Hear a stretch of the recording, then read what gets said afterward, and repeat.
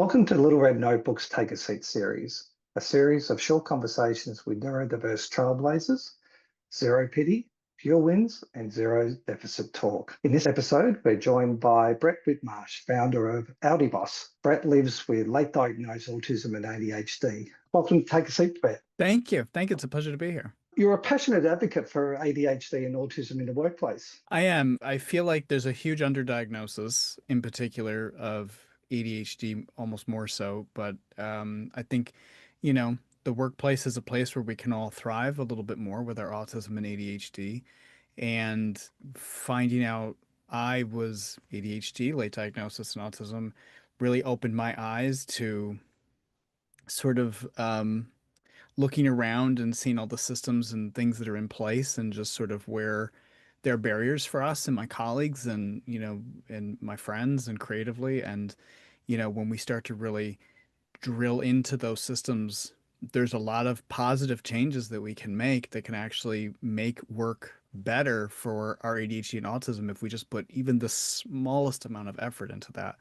And I found that when I just put a little bit of effort into that, it made a huge difference for the people that I worked with. Is it a mixture of accommodations plus also using the benefits of autism and ADHD that people bring? I think what it is there's always this interesting thing about accommodation. So like in my country, you can formally ask for what we call reasonable accommodations. But that step itself is still even though they say it's reasonable, there's a formality to it, especially in the corporate workplace. You need to have a very specific doctor's note. You need to go through human resources. You need to sort of share your diagnosis in a very sort of uncomfortable way when you go to make those requests, depending on your support needs. And, it puts somebody on the spot. But what I find is that if we actually just sort of pause and slow down and sort of look at what those reasonable accommodations are, and we just sort of actively just make those a part of the daily work day, then, for the most part, we can sort of start to slowly make things better by doing small adjustments like that. I also find that when we just talk to people, one on one, and we just sort of say, hey, what do you need to be more successful at your job? And if somebody can say, well, I need to have this meeting recorded so that I can get a transcript at the end of it. And then I can go back and look at that transcript in writing and review what happened in that conversation so that I can figure out what my takeaways were. That's a pretty reasonable conversation. I mean, that's a pretty reasonable accommodation that but we record most of our meetings at work anyways, so that's not a big deal. If it's a confidential or private conversation, certainly that's probably not a request that can be honored, but what else can we do? Can we maybe send a note of the written highlights after that conversation, the boss to an employee? Seems very reasonable to me. So things like that, things like wearing headphones, having a quiet place to work, not having open desk spaces, if you're in the office. There are a lot of little things like that that when we sort of just help people get just the smallest amount of things that they need and maybe a little bit more, they can thrive and they can do so much better. Just understanding that somebody needs more processing time, or here's their creative workflow, in particular for, an ADHD brain, what do you need to sort of be successful? If somebody needs to wear headphones at work while they're doing their work and it's not bothering anybody, okay, why not? Go for it. It's not hurting anyone. Let's do it. So the more we can do that, also the benefit to that, especially for leadership, is you have a more engaged employee. You have someone who's more committed to the organization, who's more committed to the work, who's more committed to performing their best possible self because they're in a work environment that is safe for them. It's a work environment that allows their ADHD to thrive and doesn't make them feel bad about themselves and doesn't make them feel bad about missing this deadline or being late or all these different things that come up with the guilt of having ADHD and having to be in the workplace. So the more we can kind of make those gentle accommodations, I think it just makes the workplace so much better. And the complaint you'll hear somebody, I've heard managers say, well, if we do this for one person, we have to do it for everybody. Yes, that's the idea. Do it for everybody, because when we do it for Exactly. everybody, the workplace becomes more productive. And that's the thing. There's a lot of adjustments up front when we do this, but the long-term payoff and benefit to it makes the work environment thriving. And if you're in a for-profit corporation, you're going to have a better performing group with people who are going to do better work, which means you're going to have better revenue coming in. I don't see why anyone would not want that if you're a for-profit company. What's your key message to employers if there was one message? My message would be get a better understanding of it. You know, don't just talk the talk, walk the walk, understand it. There's this thing I find ever since I started talking about my late diagnosis. There are people who relate and want to know more and really invest into learning more about it. And then there are people who just sort of nod their head and they say the right things and you sort of hear them acknowledging it, but the comprehension isn't there. The understanding of how to live it in practice isn't there. And that's where I get frustrated. It's like, okay, I know you know the right things. You've heard me say it. You've watched my videos.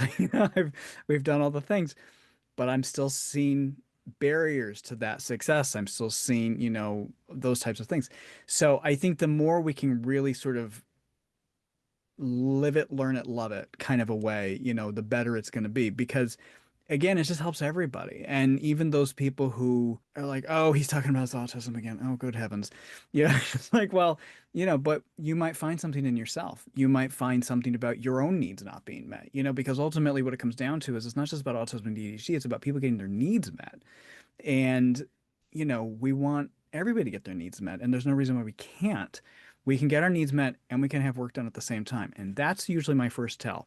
If someone comes to me and they put up a little bit of a fuss and then they put up a bigger fuss and they're very stuck on their very rigid rules of work, then I'm looking at them going, are you autistic? And you may not know yet. Are you on the neurodivergent spectrum and you don't know? Because if it's so hard for you to break these rules, if it's so Mm. hard for you to make an adjustment and accommodate these really simple things to make the workplace better, if that is giving you so much frustration and you're hitting so many barriers to just make this one thing happen, do you maybe need to learn more about my autism and ADHD maybe for yourself? So it's a small thing, but it's definitely something that I always, I start to pull on that thread a little bit when I hit really big resistance. But, it's not appropriate to diagnose people. It's not, you have to like let everybody has to be on their own journey and I try not to, diagnose people, but definitely I adjust my approach to someone when I meet such resistance without any logical reason. When it's just, well, this is just how it has to be. We've always done it this way. Well, we've always done it this way are really dangerous words to me. So we need to find a different way that works for everybody. Tell us about Audhd Boss. So a number of years ago, um, I had a title change in some work that I was doing, and it pulled me further away from my creative work. I was in more of a senior corporate leadership position, and I was feeling kind of creatively starved at the time. And for me, when I found my way to my autism and ADHD diagnosis, a huge part of it is as much as it gets criticized was TikTok. At that time during the pandemic and everything, there were so many people just starting to share their experience about autism and ADHD. And it was before it became kind of, more influencer style type stuff. Of course, I say that as an influencer, but it was back when people were just sort of talking about their experiences. And the more I was starting to understand the experience of late diagnosed autism and ADHD, the more relatable it was starting to feel to me. The more, I was like, boy, that sounds like me. That looks like me. That feels exactly like my experience. In particular, masking was the big thing. Masking is always my aha moment. The more I learned about masking, and sort of that feeling of like being like an alien observing life and trying to take notes to figure out how to be human. I've spent years telling people privately, man, I feel like I'm just trying to be human. I feel like I'm trying to practice how to be human, learn how to be human. So when I started to realize that those were early indicators of sort of the how late diagnosed autistic individuals speak on their experience, I thought, oh my God, that's really relatable to me. So then I pivoted to getting some professional intervention to find out if what I was experiencing was legit. And we always have this habit when we start to pull on that thread, I find there's a theme there where we start to gaslight ourselves a little bit as late diagnosed individuals, where we start to, go, oh no, it couldn't be me. Oh, it couldn't be. Oh, it couldn't be. And a lot of that is because of our masking so much. I'm a huge fan of Dr. Megan Anna Nuff of Neurodivergent Insights, and they write in their book, Autistic Burnout workbook, within that masking thing, there's a lot of that work of like trying to work through having just meeting your own needs and validating your own needs. A lot of times there's gaslighting that can happen when we're trying to meet our own needs. So for me, I started off, found my way to embrace autism right away. That was sort of one of the early places that I went to. It started with ADHD first. At first, I took a friend of mine was seeing an ADHD specific therapist, and that therapist sent home an ADHD, quiz worksheet that I could do that had, 200 questions on it. So I sat down and I scored myself on that. And my friend was like, "Well, you can't possibly have ADHD because it's nothing like mine." And we didn't realize in our early learning of ADHD that there were three different types: inattentive, attentive, and combined. And the more I went through this worksheet, the higher my score was getting. And I was like, "Oh my God, there's something here."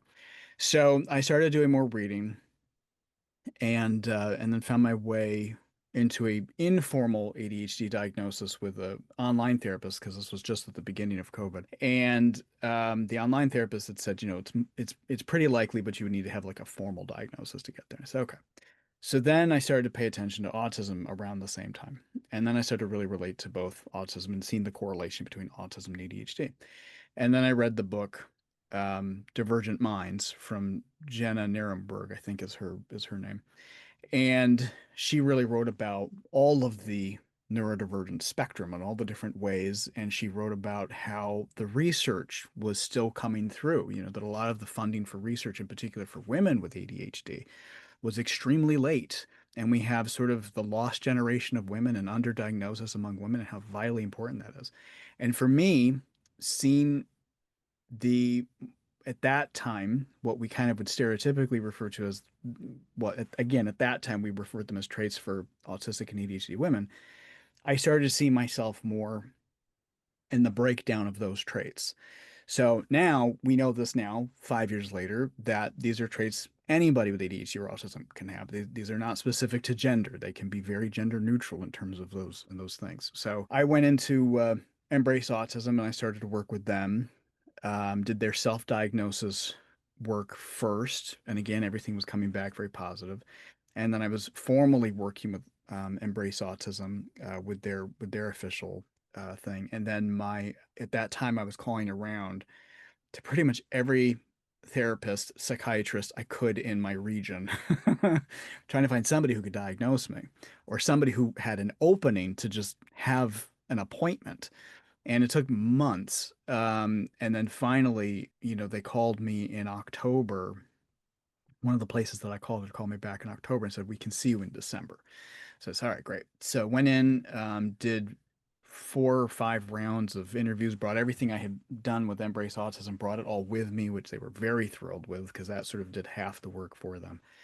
And then went through the process over the course of 3 or 4 months. And then, the following February, I think it's February of 2022, I got the official ADHD, autism, inattentive ADHD, autism, and then, a sousance of OCD as well. So that sort of all came together for me. And then, so I continued to learn from a lot of online creators, which was great. And I kept feeling, I have a background in broadcast journalism. So, all of this became my hyper focus. So I kept thinking, boy, I'd like to contribute to this somehow. I would love to be a part of the conversation online. And if I can help somebody else the way that all of these amazing creators helped me, I'm so grateful to these creators. Some of them now have massive, huge following. And I would like to, contribute to that support to help other people. And I thought, well, I don't know where my voice leads anything to this conversation. I don't know how my voice adds to this. And I'm very big on don't just say something just for the sake of saying something. How do you add something to the conversation so that you can keep the conversation growing and moving forward and contributing to society? So around December of 2022, it finally occurred to me, a friend of mine, a colleague of mine said, "Well, what's that one thing that you can speak on that not a lot of other people can speak on?" Well, I've been a senior leader in an organization for a long time, and my other hyper focus is leadership training. I've benefited from a lot of leadership training. I do a lot of leadership training. And now I've got all this autism and ADHD knowledge. I wonder if I put them together where I could find something. And as I looked into it, I was like, boy, there's not a lot of people at that time that I could find doing a lot of conversation about autism and ADHD in the workplace, but in particular around leadership. So, and leadership training. So that's when I launched the Audhd Boss. Um, and it took a while for it to get going, but it's been a lot of hard work, and I'm really proud of it. It's amazing how, one step leads to another step leads to Yeah. another step. And and that you've embraced the space. Your diagnosis, how was that life-changing for you? Oh, it's completely life changing. It is. It was like getting the owner's manual at long last, Mm, And it's funny yeah, because I had come out a few years ago before that. I came out late in life as well. And I thought that was like getting the owner's manual. I had yeah. come out in my early 30s and I thought, oh my God, I finally understand myself. That was like getting the owner's manual. But what that was is that was the beginning of my unmasking process. And I didn't know that at the time. But I know that on this side of it, all these years later, that by unmasking just a little bit, getting a little bit more in touch with myself, understanding what I actually like, what I don't like, what I do resonate with, just in general, not just my identity, but just in general. The more you start to fulfill those things, and you go, okay, what else? What else don't I know? What else am I not, aware of in my own life?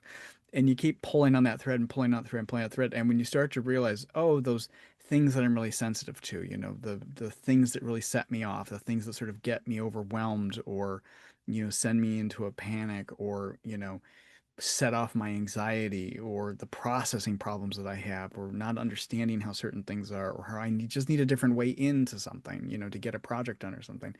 Things that just don't work for me the way I see them work for other people. I used to get so frustrated with that, especially in grad school. I would get so frustrated seeing how easy it was for other people and how much more difficult it was for me. But when I had slight adjustments to find a better way in that played to my strengths, I was like, okay. And I didn't know at the time that that was autism and ADHD. So the more that I learned that, the more I was just like, people have to know there's a better way. If they're struggling with these things like I was for, my career, for college, for school and everything, you don't have to live this way. One of the most frequently asked questions and conversations that I find myself in is adults, people in their 30s, 40s and beyond saying, what's the point? And the point is, it doesn't have to be this hard. It's okay to get a diagnosis. It makes sense to get a diagnosis. It's not available for everybody, and I understand that. And certainly you can do your own self-diagnosis for free with tools like Embrace Autism, but there are better ways of doing things once you know yourself. Once you understand how your brain needs something to come into you. Okay. All those things that have been frustrating and make you depressed and make you crazy and angry and all these different things. Now we can sort of adjust slightly. It's like that lens in the eye doctor, where it's like is it one or Yeah. two? Two, okay. Three or four? Four, okay. And it's just, it gets a little bit clearer and a little bit clearer and a little bit clearer. And then you go, oh my God, I know how to do this now. And then I can go do that. And I'm less frustrated. I'm less angry. I'm less cranky, and I can anticipate more. Okay, I hate going to large gatherings because I'm going to be anxious. Okay, how can I now plan for, I know I'm going to have to mask in that environment. How can I have a pre-masking plan, a masking plan, and a post-masking plan? How am I going to recover from that event? What am I going to do for my own self-care? As opposed to being ignorant of that and just being a cranky jerk who's going to be mean to everybody around me, and then really unbearable on the other side. Now I can at least go, okay, I need to be completely alone for the next 2 days. I'm going to lay in bed and do nothing but watch some rerun of something with the lights off. I'm done. And then I go give myself the self-care that I need. So it's just, it can make such a difference having the playbook and knowing yourself. And at the end of the day, why not keep getting better and better at knowing yourself and learning and growing and continuing to, benefit from just knowing more? Why would anyone not want to know more about themselves? I mean, it's just life can continue to get better the more we understand things.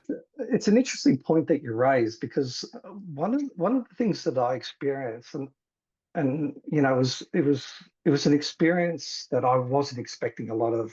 I didn't know what to expect.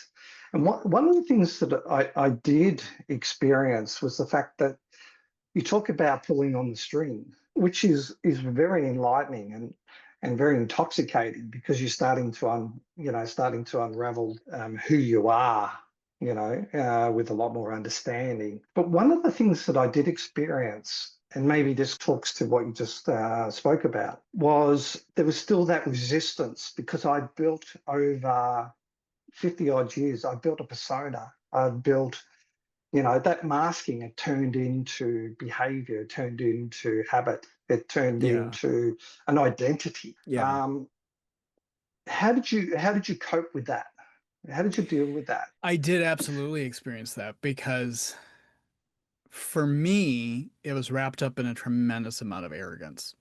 And it was, somebody who wasn't as open-minded as they could have been, and someone who needed to go through this journey so that they could do better for the people around them. And there was such a rigidness to me, a defensiveness around me because I couldn't always articulate why I needed something the way that I needed things.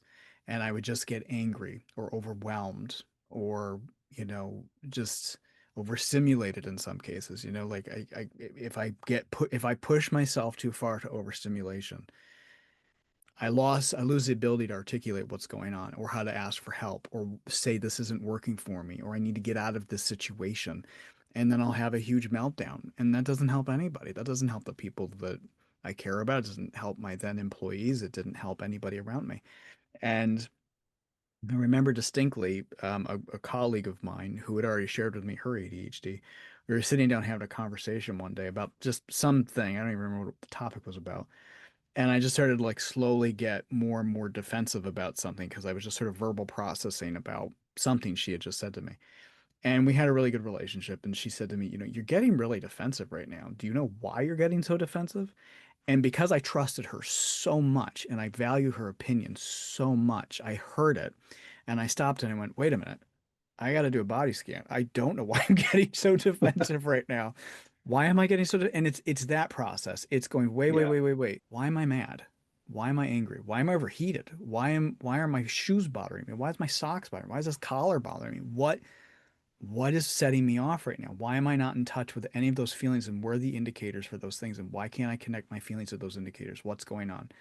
And then it's taking some deep breaths, getting out of that situation, processing however you need to. I'm a verbal processor, which is helpful for a YouTube channel. So, I go through that process and then I can get to the heart of, oh, I'm upset because this thing happened 3 weeks ago and this person did this thing, did that thing. Okay, all right, that's what that is. But not having those tools just would make me an insufferable jerk before. So now I have those tools and now I can say to somebody, "Hey, look, I need a minute. I yeah, there's something inside me. I can't quite put my finger on what that is. I either need you to work with me so I can figure out what that is, or I need you to give me a few minutes so I can go figure out what that is. And now I'm going to come back more, level-headed, smarter, and able to have this conversation." So, and it's hard to do that unmasked. It's hard to do a lot with people who you don't trust. So sometimes, in the workplace in particular, it's how do I quickly get myself out of a situation that I'm feeling that start to happen? I'm starting to pick up on my indicators, so that I can go work that out and then come back and, apologize if necessary, but, talk through whatever. And I'm making myself sound like I was this huge jerk. I was always very kind and thoughtful and tried with everybody, but it's just internally it feels so big. But yeah, because I was such a continued, I'm still a huge masker, it never comes across that way. But internally it feels like a volcano. yeah. So it just, and that's not a feeling I wanted to live with for my entire life. So the more I could figure all that out and have tools and strategies and all these different things, we talk often about how it's not a world made for us. Well, okay, you got to exist in it though. So you got to have these tools, and that's what's helpful about it. One of the things that has excited me about exploring my diagnosis and what it means is that you have discoveries. Hmm. And what's the one discovery that you've made that you look back and go, wow? I wish I knew that. I, Yeah. to me, sometimes it almost brings me to tears. Like because there's a part of me that's grief stricken that I didn't recognize that. I didn't understand that. Yeah. But now that I've got it, I go, wow. It's a long list. Honestly, I think for me the big thing was coming out, understanding my sexual identity more. And I feel like that came through in phases. I connect it so distinctly to unmasking. Just the unmasking process for me it continues to be a very emotional thing because there's just so many years of masking, so many years of like trying to just blend in, fit in, hide, not be seen, not understand how to be in a situation, not know what to do. But in particular, you know, being able to get so closely in touch with understanding, just what I need and what I want in life, is critically important. I was raised in a high control religious environment, until I was in my teenage years. And so there was a very specific protocol to how one was to act in that environment. And, we were also raised to be absolutely terrified of the world outside of our church. And every day the programming was simply, you have to be scared of the world. The worldly people out there can say or do anything, to convince you to do anything. So, when you're literally born into that and you're taught to just fear everything, and then you're sitting there with undiagnosed autism at the same time, and you're scared to be your true self, and you're scared to share a part of yourself with the world because you're so convinced there's danger around every corner. When you start to let that stuff go and you unwrite those rules, very rigid rules, you start to sort of go, oh my God, it's not so bad. It's really not so bad. And there's so much joy and happiness on the other side of letting some of those rigid rules go. So, but then there are also rules that are there for needs, but the more I can unmask in my own way and my own style, it can be emotionally overwhelming sometimes, when you go through that process. I'm going to say a couple of things, and I'm going to get you to respond in around about 15 seconds. Ted Lasso, Oh my God, love it. The best. Best leadership advice in the world, Ted Lasso. favorite character in Ted Lasso. Ted, although Brett Goldstein's a very close second. I know he was great. We won't say what he says. Yeah. Um, Yeah, yeah. Ryan Reynolds, Lovely human being, very handsome. a ginger cat, and an old black dog who loves snow. My kids. I actually have two ginger cats and a black dog. So one's asleep behind me there, and then the other one's in the hallway screaming to get in here. Neurodivergent leadership. We need more of it. We need more connectivity to it. We need more understanding. We just need more of it. One piece of advice you would tell your younger self about navigating neurodiversity and especially neuroqueerism. Younger me would not understand those words. So I'd have to start with explaining to younger me all those complications that seem so big in your head are actually more manageable than you think. Let me just show you how, and let me show you the way. Like just it gets easier, it gets better. Just give it time, but it's not as bad as you think it is. Brett, it's been wonderful having you on Take a Seat. It's been a pleasure. And, I really appreciate you sharing your journey with us. Oh, my pleasure. It's been fun to be here. Now, people can reach you through YouTube. We'll definitely put the link on there on the video so people can access you. But also, you said you're on TikTok as well. Yep. On TikTok, it's at Brett Whitmarsh, but if you search Audhd Boss, you'll find me. But on Instagram and TikTok, it's just at Audhd Boss. Wonderful. Thanks, Brett, and have a beautiful Thank you. day. Thanks, you too.